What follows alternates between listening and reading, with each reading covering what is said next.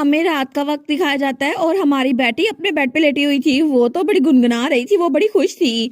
तो तब Juana Buttler उसके पास थी। वो कहती है, माय लेडी, आप तो अच्छे मूड में लग रही हैं, आप किस बारे में खुश हैं?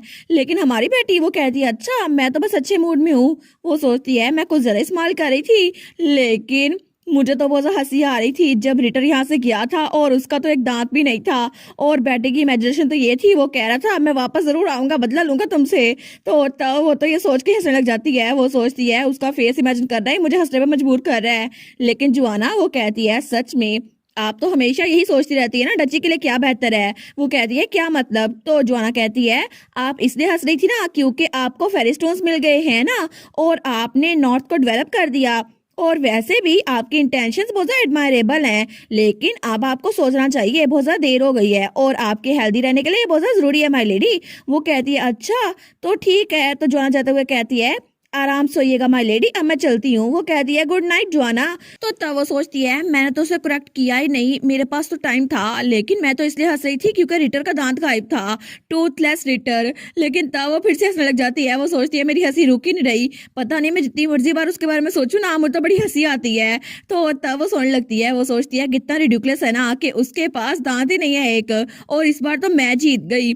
लेकिन तब हमें अगले सुबह का सीन दिखा रहता है और हमारी बेटी जब अपने आप को आईने में देखती है ना, वो सोचती है, क्या ये कैसे हो गया? नहीं नहीं, ये नहीं हो सकता। और तब वो अपने दांतों को हाथ लगाती है। वो सोचती है, ये तो ख्वाब होना चाहिए ना। लेकिन थोड़ी देर बाद नाश्ते पे सब लोग आराम से नाश्ता कर रहे थे, लेकिन बेटी उसके सामने जो खाना पड़ा था ना, वो उसको खा ही नहीं रही थी। तो उसका भाई उसके तरफ देखता है। वो कहता है, क्या हुआ है बुशी टेल, तुम खाना क्यों नहीं खा रही? मुझे पता है कि पहले भी तुम कम ही खाना खाती हो, लेकिन आज तुमने खाने को हाथ भी नहीं लगाया। तो ड्यूक भी कहता है, हाँ हाँ माय बेबी, तुम और खाओ। लेकिन वो कहती है, नहीं मैं तो पहले ही फुल हो चुकी हूँ, मुझे लगता है मैंने बहुत ज्यादा खा लिया। और वहां से खिसकने लगती है। वो कहती है, आप लोग अपना एंजॉय करें ना ब्रेकफास्ट, और वहां से भाग गई थी। तो उसका भाई और ड्यूक उसको देखते हैं, लेकिन उसका भाई सोचता है, क्या इसकी तबीयत ठीक नहीं है? लेकिन थोड़ी देर बाद हमारी हीरोइन अपने कमरे में आ गई थी। वो सोचती है, मैं तो पकड़ी जाने वाली थी ना। लेकिन तभी वो अपना रूप चेंज करती है और गिलहरी वाली शेप में आ गई थी। वो सोचती है, इंसानी शक्ल में रहना बहुत ज्यादा मुश्किल होगा मेरे लिए, और इस तरह मैं लोगों को अवॉइड नहीं कर सकती, लेकिन मुझे स्क्विरल बन के रहना होगा। तो तब वो मिरर के पास जंप करती है। वो कहती है, मुझे एक बार फिर से चेक करने दो। लेकिन जब वो अपने आप को आईने में देखती है ना, वो सोचती है, मुझे मिस्टेक नहीं हुई थी, अब तो मैं बिल्कुल जागी हुई हूँ ना, प्लीज प्लीज ये मिस्टेक हो ना। लेकिन जैसे वो अपने दांत को चेक करती है ना, तो उसका दांत थोड़ा थोड़ा हिल रहा था। वो सोचती है, ये तो फिर से वही है, अब मेरा दांत टूट गया तो मैं भी रिटर की तरह बन जाऊंगी। अभी रात को मैं उसका मजाक उड़ा रही थी, लेकिन देखो ना मेरे साथ भी वही हुआ है, अब मेरा भी दांत हिल रहा है, मुझे सच में बहुत ज्यादा शर्मिंदगी हो रही है।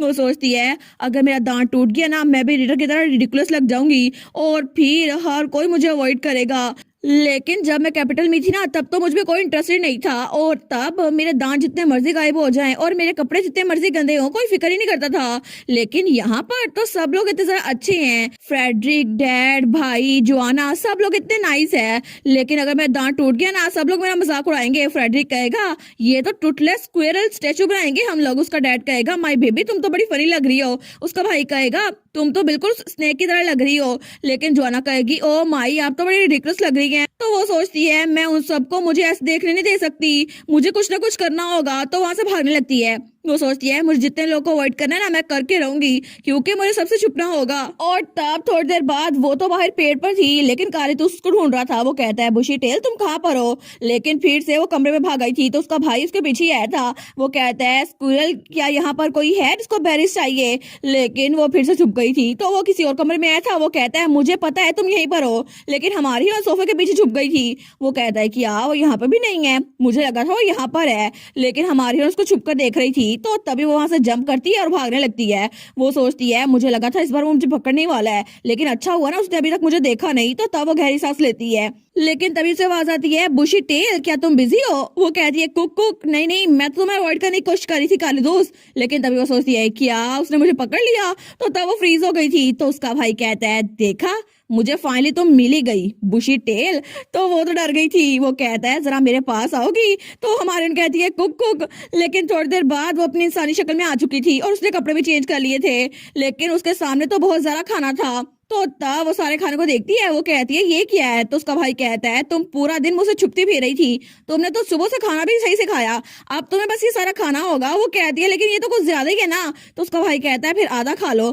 तो तब हमारी हीरोइन सोचती है मुझे लगता है कि मेरा दांत बाहर निकल जाएगा अगर मैंने इसको चबाया तो, लेकिन फिर भी मुझे लगता है कि मुझे कुछ ना कुछ करना होगा। क्या यहाँ पर कोई सॉफ्ट चीज है जिसको मैं खा सकती हूँ? तो उसका भाई उसको घूरी जा रहा था। वो कहता है बेटी, तो हमारी हीरोइन कहती है हाँ क्या हुआ? तो उसका भाई कहता है क्या हुआ, क्या तुमको कोई तंग कर रहा है? तो तब कार्लितोस बेटी को अपनी तरफ करता है। वो कहता है मैं किसी को कुछ नहीं कहूंगा, बस तुम मुझे बता दो तुम्हें कौन तंग कर रहा है, बस मुझे ये बताओ क्या तुम्हें कोई बुली तो नहीं कर रहा? तो बेटी कहती है क्या? वो कहता है तुमने अचानक से खाना पीना बंद कर दिया है और तुम हर किसी को अवॉइड कर रही हो, यहाँ पर कोई है जिसने तुम्हें कुछ कहा है ना? तो वो सोचती है मेरा भाई मेरे लिए फिक्रमंद हो रहा है क्योंकि आजकल मैं वैसे नहीं हूँ ना जैसे पहले होती हूँ, और मुझे मुझे उसको तंग नहीं करना था। लेकिन वो कहती है एक्चुअली, तो उसका भाई खड़ा होता है। वो कहता है मुझे पता था कोई तुम्हें तंग कर रहा है ना, मुझे बताओ मैं अभी उसको जान से मार डालूंगा। वो कहती है नहीं नहीं ये बात नहीं है, प्लीज काम डाउन। वो कहता है अच्छा फिर क्या बात है? तो बेटी वो कहती है अच्छा वेल असल में बात ये है, लेकिन वो कहती है तुम किसी को बताओगे नहीं ना? वो कहता है ठीक है नहीं बताऊंगा। लेकिन तब उसे बता ही देती है जरा ये देखो ना मेरा ये वाला दांत हिल रहा है, तुम्हें नहीं लगता? तो तब उसका भाई उसको देखता है। वो कहता है सच में ये तो हिल रहा है। वो कहती है मुझे पता था। लेकिन कालीतूस कहता है तुम इसको छुपा क्यों रही हो, तुम्हारी उम्र के लिए तो ये नॉर्मल है ना कि तुम्हारे दांत गिरे। वो कहती है नहीं नहीं लेकिन ये बहुत ज्यादा रिडिकुलस है ना, तुम्हें पता है कितना फनी लगेगा, क्योंकि एडिटर भी कितना फनी लग रहा था। तो कालीतूस कहता है लेकिन वो तो अपना दांत खोने से पहले भी बड़ा फनी था। तो होता वो कहता है मुझे एक बार देखने दो ना, मैं इसको एक बार टच करूंगा और देखता हूँ ना तुम्हारा दांत कितना हिल रहा है। वो कहती है बिल्कुल नहीं, तुम स्ट्रांग हो, अगर तुमने इसको हाथ लगाया और ये टूट गया तो उसका भाई कहता है प्लीज मैं थोड़ा आराम से करूंगा ना, मुझे बस एक बार देखना है, please come on bushy tail. तो तब तो वो चमक रहा था। वो सोचती है नहीं नहीं मैं इसको मना नहीं कर सकती। तो वो कहती है ठीक है लेकिन केयरफुली करना, ठीक है? अगर मेरा दांत गिर गया ना तो फिर मैं बहुत ज्यादा अपसेट हो जाऊंगी। वो कहता है मैं प्रॉमिस करता हूँ। तो तब कालीतोस ने उसे दांत पे उंगली रखी थी। तो कालीतोस सोचता है मुझे पता था कि स्क्विरल वाली फॉर्म में इसके दांत बहुत ज्यादा छोटे होते हैं, लेकिन इंसानी शक्ल में भी इसके दांत बहुत ज्यादा छोटे हैं और अगर मैं केयरफुल ना रहा ना तो ये नीचे गिर जाएगा। लेकिन तभी दरवाजे पे दस्तक होती है और तभी गलती से कालीतोस वो को ज़रा ही जोर लगा लेता है और बेटी का दांत वो टूट गया था।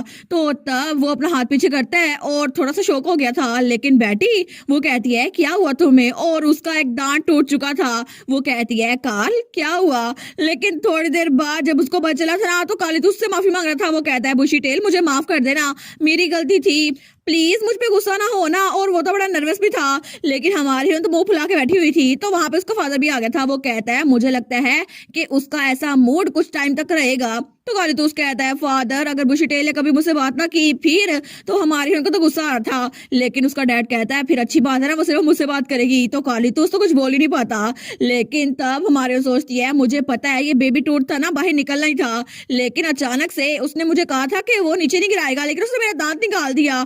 आखिर वो मेरे साथ ऐसे कैसे कर सकता है? मैंने उसे कितनी बार कहा था केयरफुल रहना। लेकिन तभी उसका फादर वहां पर आता है। वो कहता है मेरी प्यारी बेबी तुम अपसेट हो ना, मैं तुम्हें एक कहानी बताता हूँ। वो कहती है सच्ची एक कहानी? तो उसका फादर कहता है बिल्कुल, तुम्हें पता है ना इस दुनिया में बहुत सारी फेरीज रहा करती हैं और उनमें से एक फेरी वो है टूथ फेरी जो कि बच्चों के दांत लेके जाती है जब वो गिर जाते हैं। वो कहती है सच्ची? तो उसका फादर कहता है बिल्कुल, और पुराने वक्तों से ये बात कही जाती है जब किसी बच्चे का दांत गिरता है ना तो अगर वो बच्चा उसको अपने पिलो के नीचे रखे ना तो टूथ फेरी उसको ले जाती है और वापस में उसको कोई ना कोई चीज देती है ग्रेटिट्यूड के तौर पर, शायद कोई सोने का सिक्का भी दे सकती है।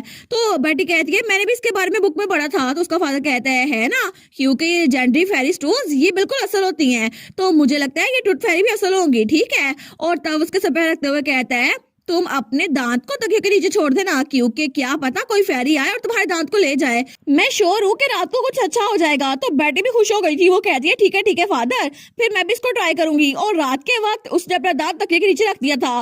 वो कहती है मैं उम्मीद करती हूँ टूथ फेरी आएगी और मेरा दांत ले जाएगी।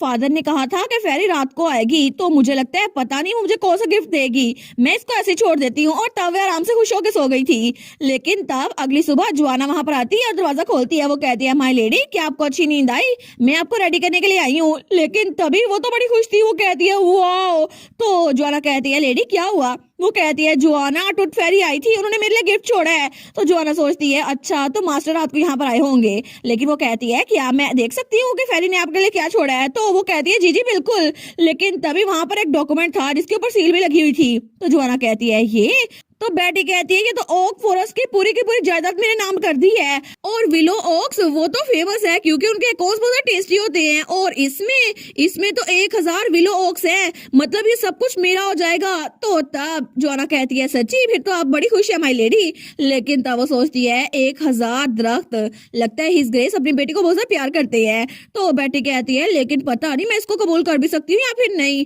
वैसे भी ये गिफ्ट बहुत ज्यादा है एक दांत के बदले में। मुझे लगता है कि जैम बर्ड्स और टूथ फेरी दोनों बहुत ज्यादा अच्छे हैं और मैं उनसे प्रॉफिट कमा रही हूँ। तो जोना कहती है नहीं नहीं प्रॉफिट ऐसा कुछ नहीं है, मैंने सुना था कि बेबी टूथ की वैल्यू बहुत ज्यादा होती है और शेप शिफ्टर के बेबी टूथ की तो बहुत ही ज्यादा होती है, तो ये उनके लिए रेयर आइटम होगा। वो सोचती है मैं अपने मास्टर के एफर्ट्स को वेस्ट में नहीं जाने दे सकती। तो बेटी कहती है अच्छा ये बात है, तो फिर मेरा टूथ बिल्कुल रेयर आइटम होगा। मुझे लगता है ये रीजनेबल डील थी। लेकिन वो कहती है आखिर कौन सी फेरी ऐसे काम करती है, वो डॉक्यूमेंट पे सील भी लगी हुई है। तो जोना कहती है वेल क्या पता उनके पास कोई चीज हो जिसकी वजह से उन्होंने ये सब कुछ किया हो। तो हमारी कहती है फिर तो ये अच्छी बात है ना। तो तब जोना कहती है ठीक है मैं आपको रेडी करती हूँ और फिर आप ब्रेकफास्ट भी खाएंगे, ठीक है। वो कहती है हाँ बिल्कुल। तो जोना कहती है हिज ग्रेस ने स्पेशली आपके लिए खाना प्रिपेयर करवाया है। वो कहती है फिर तो मैं पेट भर के खाना खाऊंगी।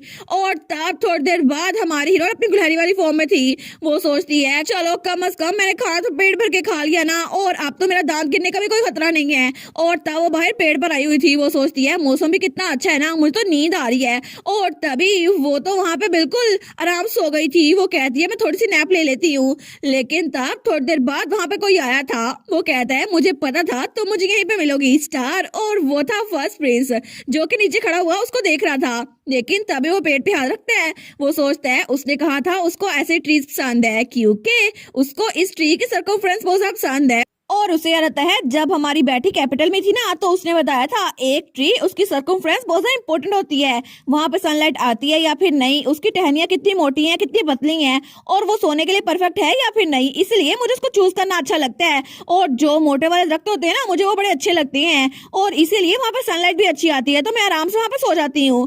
तो तब एटल उसकी सारी बातें सुन रहा था। वो सोचता है उस वक्त भी मुझे लगा था वो बड़ी शरारती बच्ची है लेकिन उसको ट्रीज में सोना पसंद है। तो तब वो मैजिक के जरिए ऊपर आ जाता है और उसको सोता हुआ देखता है। वो कहता है किसे लगा था ये सोते हुए इतनी क्यूट लगती है, तुम तो बहुत ज्यादा क्यूट हो लिटिल स्टार। लेकिन तभी वो कहता है मुझे माफ करना तुम्हारी नींद में तुम्हें डिस्टर्ब करने के लिए, लेकिन मुझे रास्ते में कोई चीज मिली थी जो मुझे लगा तुम पे अच्छी लगेगी। और तब एक रुमाल निकालता है। वो कहता है ये बहुत छोटी सी चीज है लेकिन प्लीज मेरे गिफ्ट को एक्सेप्ट कर लो, और उसके ऊपर वो रुमाल दे देता है जो कि उसके लिए बिल्कुल चादर का काम कर रहा था और उसके ऊपर एक गुलहरी बनी हुई थी। लेकिन तब उसको देखते हैं। वो कहता है सच में ये तो मैंने जितना एक्सपेक्ट किया था ना उससे भी ज्यादा अच्छा लग रहा है। लेकिन तब तो उसको बड़े प्यार से देख रहा था। वो सोचता है मेरे लिटिल स्टार को ये अच्छा लगेगा है ना।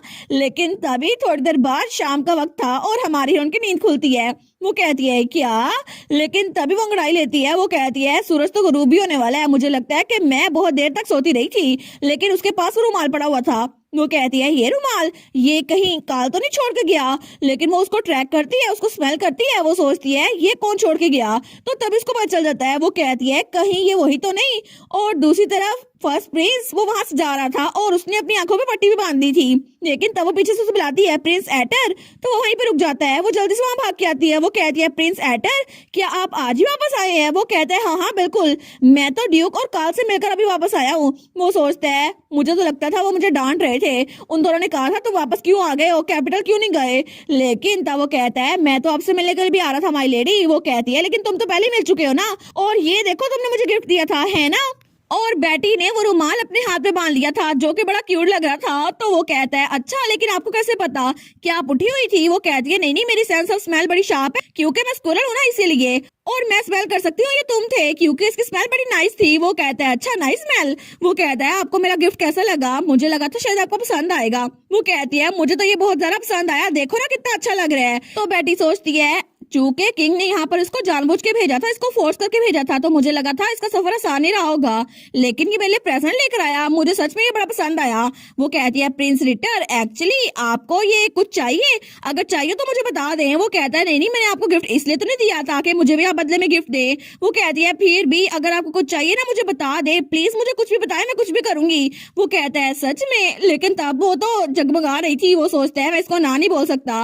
वो कहता है अगर आप इंसिस्ट कर रही हैं तो प्लीज मुझे एक फेवर देंगी। वो कहती है ठीक है कौन सा फेवर है। तो तब वो उसको थोड़ा सा विस्पर करते हुए कहता है, वेल ये सिर्फ आप ही कर सकती है माय लेडी। और तब हमें अगले दिन का सीन दिखा रहता है जब वो लोग बाहर आ गए थे और तब वहां पे फेस्टिवल एंजॉय हो रहा था। वो कहती है कितने सारे लोग हैं ना, और वहां पे भी तो देखो कितने सारा फल है, और उधर भी देखो कितने सारे लोग हैं, म्यूजिशियन भी है। वो कहती है इतने सारे लोग, मुझे पता नहीं चल रहा मैं कहाँ पे देखूं। वो तो बड़ी खुश थी। और तब वो कहती है, प्रिंस एटर हम इधर चलते हैं ना। तो प्रिंस कहता है, क्या हुआ माय लेडी। वो कहती है, मैं आपको दिखाऊंगी ना फेस्टिवल, क्योंकि आप मेरे घर आए हैं ना, लेकिन क्या आपको बुरा लग रहा है, आपको कहीं और जाना है। तो प्रिंस कहता है, नहीं नहीं कोई बात नहीं, मेरे बारे में फिक्र ना करे।